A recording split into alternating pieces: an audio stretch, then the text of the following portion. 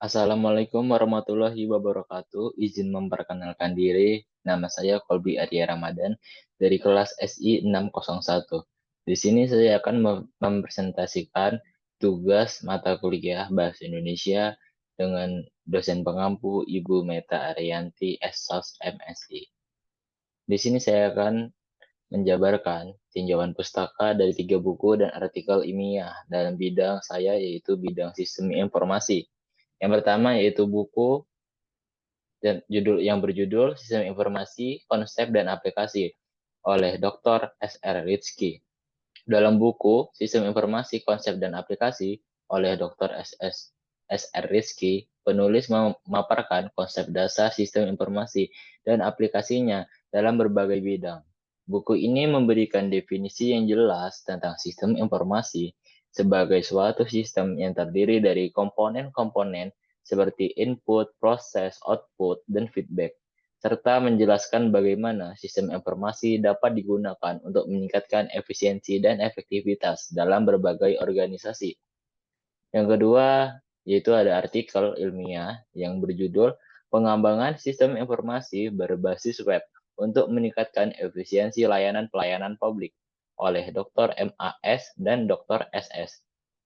Artikel ini berisi tentang pengembangan sistem informasi berbasis web untuk meningkatkan efisiensi layanan pelayanan publik oleh Dr. MAS dan Dr. SS. Memaparkan pengembangan sistem informasi berbasis web yang dirancang untuk meningkatkan efisiensi pelayanan publik.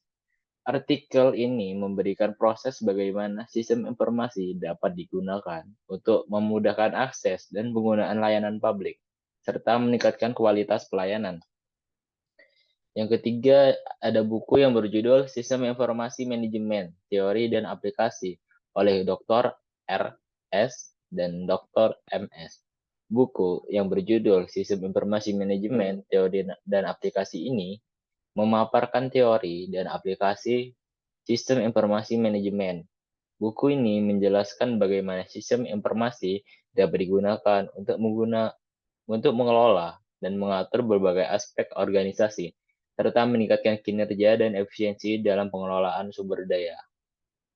Ulasan dan penilaian. Dalam tinjauan pustaka ini, saya memberikan ulasan terhadap ketiga buku dan artikel tersebut dengan memberikan opini dan kritik. Berikut adalah penilaian dari saya. Yang pertama, buku yang berjudul Sistem Informasi Konsep dan Aplikasi oleh Dr. S.R. Rizky. Kelebihannya, buku ini memberikan definisi yang jelas dan mudah dipahami tentang sistem informasi, serta menjelaskan aplikasi dalam berbagai bidang. Kemudian, untuk kekurangannya, buku ini terkadang terlalu teknis dan memerlukan pengetahuan teknis yang luas untuk memahami beberapa konsep. Yang kedua, artikel yang berjudul Pengembangan Sistem Informasi Berbasis Web untuk Meningkatkan Efisiensi Layanan Pelayanan Publik oleh Dr. MAS dan Dr. SS. Kelebihannya, artikel ini memberikan contoh yang jelas dan informatif tentang pengembangan sistem informasi berbasis web untuk meningkatkan efisiensi pelayanan publik. Kekurangannya, artikel ini terkadang terlalu teknis dan memerlukan pengetahuan teknis yang luas untuk memahami beberapa konsep. Yang ketiga dan terakhir, yaitu buku yang berjudul Sistem Informasi Manajemen, Teori dan Aplikasi oleh Dr. RS dan Dr. MS.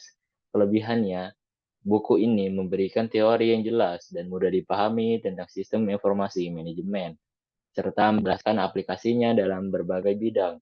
Untuk kekurangannya, buku ini terkadang terlalu panjang dan memerlukan waktu yang lama untuk memahami beberapa konsep. Dalam keseluruhan, ketiga buku ini atau artikel tersebut memberikan kontribusi yang signifikan dalam memahami sistem informasi dan aplikasinya dalam berbagai bidang. Namun beberapa kekurangan seperti teknikitas yang terlalu tinggi, panjangnya isi, dan dapat diperbaiki dengan cara membuat isi yang lebih ringkas dan mudah dipahami. Referensi ini saya dapatkan yang pertama dari Lady PD dan Gendas GND. Tinjauan pustaka, pengertian, fungsi, manfaat, dan contohnya. Yang kedua, detik.com, ND, contoh tinjauan pustaka, arti, fungsi, sumber, dan cara menulis. Yang ketiga, bisnis.com.id, contoh tinjauan pustaka beserta fungsi dan cara membuatnya. Struktur kalimat dan paragraf. Yang pertama, pengertian tinjauan pustaka. Tinjauan pustaka adalah bagian yang berisi uraian sistematis tentang teori-teori yang relevan dan variabel penelitian yang ingin diangkat. Kemudian, tinjauan pustaka harus disusun secara logis, sistematis, sehingga bisa memandu pembaca bagaimana teori tersebut digunakan dalam penelitian tersebut. Yang kedua, fungsi tinjauan pustaka. Tinjauan pustaka berfungsi untuk mengkaji sejarah permasalahan, membantu peneliti untuk memahami landasan teori yang berkaitan dengan permasalahan penelitian, serta menghindari adanya duplikasi penelitian. Yang ketiga, manfaat tinjauan pustaka.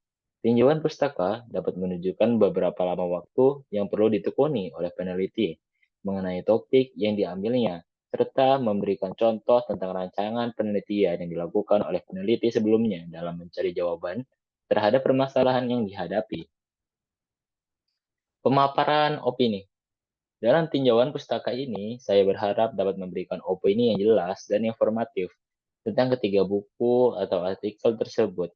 Berikut adalah pemaparan opini dari saya. Yang pertama, buku yang berjudul Sistem Informasi, Konsep dan Aplikasi oleh Dr. S.R. Rizky. Buku ini sangat membantu dalam memahami konsep dasar sistem informasi dan aplikasinya dalam berbagai bidang.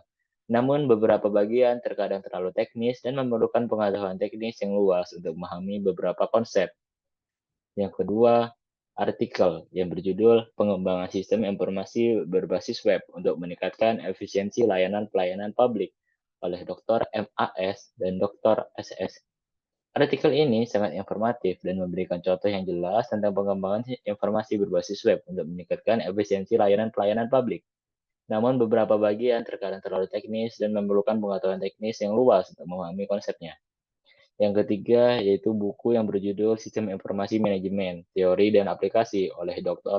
RS dan Dr. MS.